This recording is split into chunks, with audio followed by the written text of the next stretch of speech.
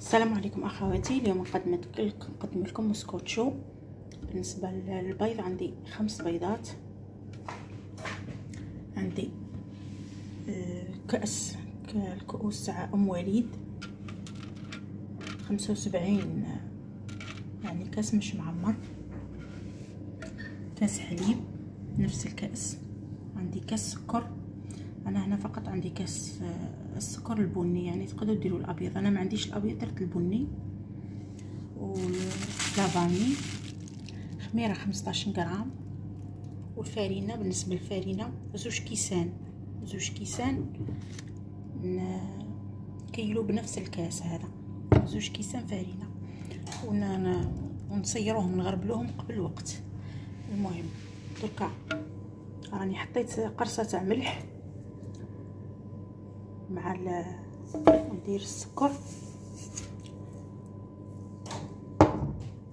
ندير لافاني ونضربهم بالميكسور ومن بعد نرجع لكم.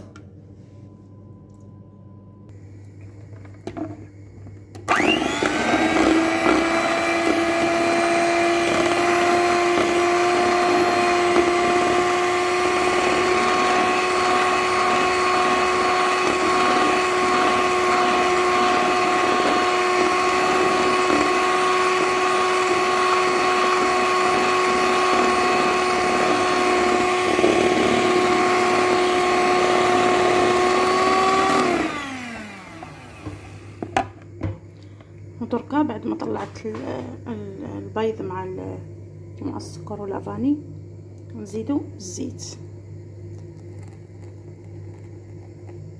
بالنسبه لهذه العمليه لازم يعني تطلعوا مليح البيض باش يجيكم المسكوتشو خفيف. هنا السر تاع الوصفه، لازم يكون كيما لاموس، لان هنايا السر باش تجيكم المسكوتشو خفيفه، ما تجيكمش ملكزه.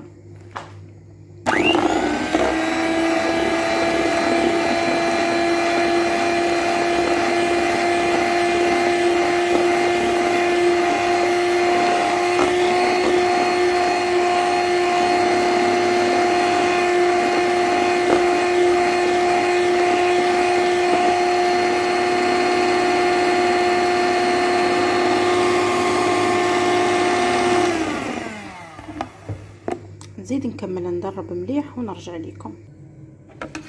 هاهي دركا نضيفوا الكاس تاع الحليب.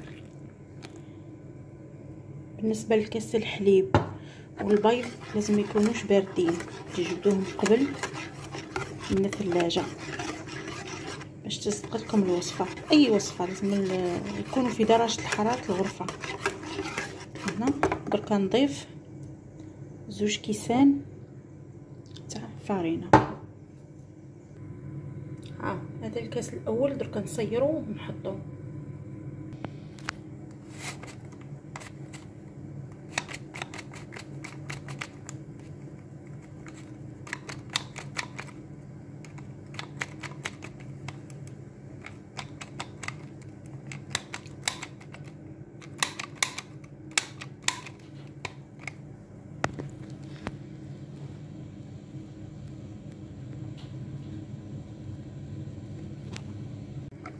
صيرت الكاس الاول، خلطو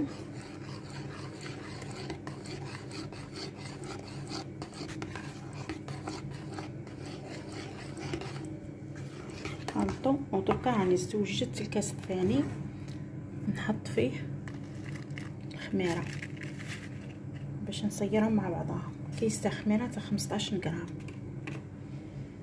نكمل نصيرهم ونرجع لكم.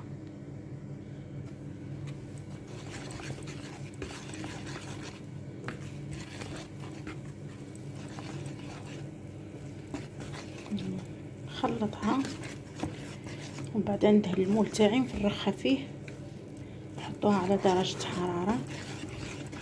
في الاول قويوا لها ومن بعد نقصوا لها باش تطيب لكم من الداخل. صديبون كل واحد الفور تاعها قادر يعني 30 دقيقه 35 دقيقه تقدروا تشوفوها حتى 40 دقيقه. كل وحده والفور تاعها.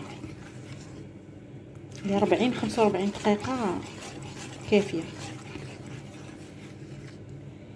بالنسبه لي انا يعني هذه الوصفه الاصليه، يعني تقدروها فقط هكا ديروها. انا فقط حابه ندير نزينها، تكون يعني الشكل تاعها مزينه. حابه نحي شويه وندير لهم غرفه تاع كاكاو فقط باش تجيني كي نقطعها تجيني نصف ابيض ونصف باسود. هذه فقط اضافه، يعني قدروا ما ديروهاش هكا يكفي. واللي تحبها بالشوكولا في هذه المرحله تنقصي 2 مغارف فارينه تزيديهم كاكاو، ترجع لك موسكوتشو بالكاكاو، فهمتي؟ يعني في هذه المرحله تقدري تنقصي 2 ملاعق تاع فارينه ديريهم 2 ملاعق كاكاو وترجع لك موسكوتشو بالكاكاو.